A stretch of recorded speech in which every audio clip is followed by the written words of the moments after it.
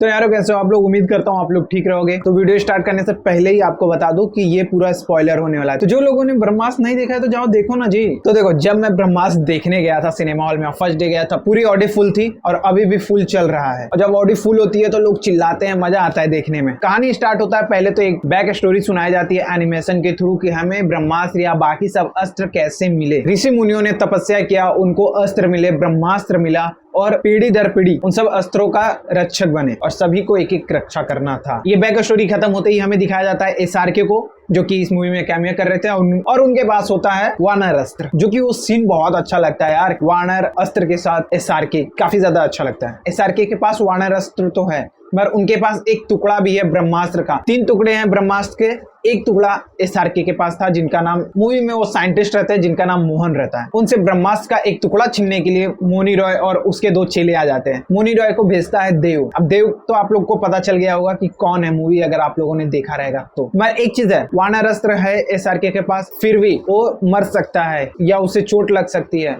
गोली कोई चलाएगा तो मरेगा। तो ऐसा नहीं है कि वानर अस्त्र है तो हम प्रोटेक्शन में है, बिल्कुल नहीं। मैं दूसरी बात, मैंने एक चीज देखा, जब वो जंप करता है इतना ऊपर तक जाता है और जो पकड़ने आते हैं उसको वो बोलते हैं वी लॉस्ट हिम, मतलब हमने उसे खो दिया। फिर अगले ही सीन में दिखाया जाता है कि उसको पकड़ में लिए, मतलब वो सीन फिर दिखाया है क्यों गया था, वो जंप करने का, भागने का, बस वो पब्लिक को चिल्लाने के लिए और कुछ नहीं। मगर हाँ, मजा आया था, मैं भी चिल्लाया था। ऐसे वाव मूवमेंट अच्छे लगे थे इसमें देखने में। अब जैसे कि साइंटिस्ट मोहन एसआरके अपना पकड़ा जाता है, उससे पूछा जाता है कि तुम्हारे पास एक टुकड़ा ब्रह्मास्त्र का तुम्हारे पास है तो दूसरा टुकड़ा किसके पास है। अब उसे अपने बस में करके सब कुछ पता कर लिया जाता है। दूसरा टुकड़ा नागार्जुन सर के पास है जो कि वाराणसी में रहते हैं। अब ये सब शिवा को सब कुछ पता चल रहा है। ये सब घटना होने के बाद पूरा फोकस डालते हैं अपने शिवा पे, जो कि शिवा एक डीजे मैन है, और उसे दिखती है ईशा, यानी कि अपनी आलिया भट्ट। और वो लव स्टोरी, यार क्या ही लव स्टोरी था, रहने दो, लव स्टोरी के बारे में बात हम नहीं करेंगे। अब ईशा उसकी पावर है, मतलब इन दोनों लव करने लगे एक दूसरे को, और ईशा जब भी शिवा के पास जाएगी तो उसका पावर, यानी कि शिवा जो कि अग्नि अस्त्र खुद है, वो उसका पावर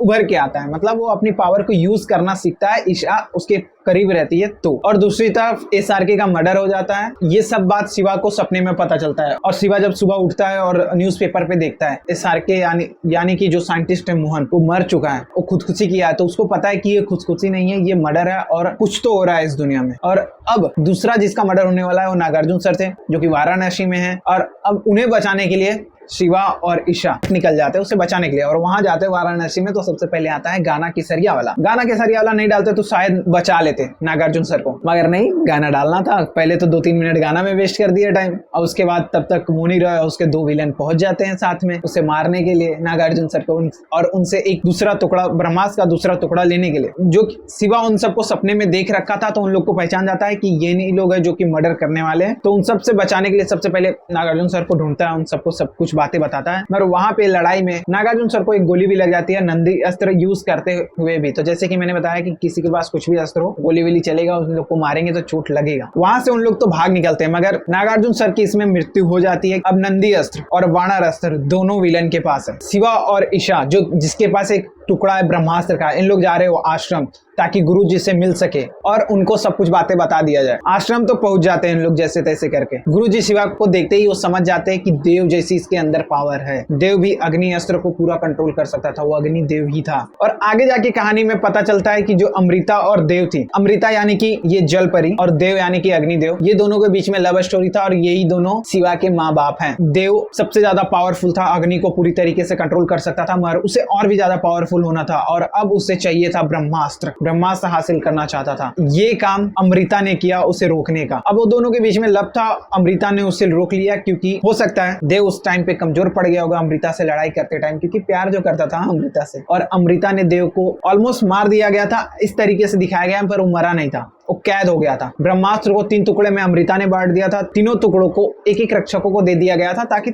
उसकी रक्षा कर सके। अब देव जो है वो मरा नहीं था, वो किसी पुतले में या एक मूर्ति में कैद हो गया था। अब उसे रिहा होना है तो ब्रह्मास्त्र को एक साथ जुड़ना होगा। अब ब्रह्मास्त्र जुड़ गया तो पूरी दुनिया तबाह हो सकती है। किस तरीके से इसमें ब्रह्मास्त्र को दिखाया गया, एक टुकड़े मतलब बिस्किट की तरह, यार कुछ अलग शस्त्र की तरह दिखा देते तो ज्यादा अच्छा होता। By the way, Mouni Roy का काम यही था कि उस टुकड़े को जमा करना है और एकजुट करना है और देव को रिहा करना है और कुछ भी नहीं। क्लाइमेक्स इसका अच्छा था, जितने भी VFX यूज किए गए थे इतने अच्छे तो लगे नहीं, मगर हाँ जिस तरीके से गोलियां चल रही थी, मतलब गोलियां क्यों दिया गया था हाथ में यार, जब जादू ही सब कुछ हो रहा है, सब कुछ पावरफुल हो रहा है तो कुछ ना कुछ कर देते हैं इसी तरीके से। मगर गोलियां दे दी गई, बंदूकें दे दी गई थी, बंदूकों से वार करो, ठीक है। गोलियां जिस तरीके से चल रही थी, गोलियां चल रही है तो शिवा को एक भी जाके लग नहीं रहा है, क्योंकि शिवा के पास अग्नि अस्त्र है और वो अग्नि से मेल्ट कर दे रहा है सारी गोलियों को। इस तरीके का उसके पास पावरफुल आ गया था, अग्नि अस्त्र को कंट्रोल करने के लिए सीखता है। अंत में जाते जाते मोनी रॉय को ब्रह्मास्त्र तीनों टुकड़ा मिल जाता है, जो कि वो जोड़ भी देती है और अब ब्रह्मास्त्र पूरा तबाही करने के लिए रेडी हुआ। ब्रह्मास्त्र को जुड़ते ही देव हो गया है रिहा, बट ब्रह्मास्त्र अब पूरी तबाही करने वाला है। उसी टाइम पे शिवा अपनी पूरी शक्ति का यूज करते हुए, ईशा को बचाते हुए अपनी पूरी शक्ति का यूज करता है और ब्रह्मास्त्र की शक्तियों को रोक देता है अपनी शक्ति के थ्रू, और ब्रह्मास्त्र शांत हो जाता है और होती है मूवी खत्म। मगर कुछ चीजें हैं जो कि बात करने लायक है कि अब देव इसमें है कौन। देव का अभी कुछ भी इसमें बताया नहीं गया है कि कौन होने वाला है, उसका फेस भी नहीं दिया गया है। मगर सेकेंड पार्ट में ब्रह्मास्त्र देव करके आने वाला है, जो कि अब देव के बारे में ही दिखाया जाएगा, बताया जाएगा। देव है शिवा के बाप, और हाँ इसमें जो अमृता है वो है शिवा की माँ दीपिका पादुकोण। अब वो कैसे पता चला, 1-2 सेकंड के लिए इसमें दिखाया जाता है, जब शिवा 1 साल का होता है गोद में तभी, और दीपिका पादुकोण होती है। ये सवाल उठ के आता है कि 1-2 सेकंड के लिए तो नहीं लेंगे दीपिका पादुकोण के लिए, हो सकता है ये सेकंड पार्ट के लिए पूरी तरीके से तैयारी कर रहे हैं कि देव और अमृता की लव स्टोरी या जो भी लड़ाई हुआ था, जो भी प्रॉब्लम हुआ था पहले, वो सब दिखाएंगे सेकंड पार्ट में। बेसिकली अमृता मर चुकी है, फर्स्ट पार्ट में यही दिखाया है कि शिवा के कारण, जो कि वो अग्नि अस्त्र है, अग्नि को कंट्रोल कर सकता है, तो अमृता मर चुकी है अग्नि में जल के, यही दिखाया गया है। मगर हो सकता है सेकंड पार्ट में बैक स्टोरी दिखाया जाए, देव और अमृता का लव स्टोरी वगैरह जो भी है, और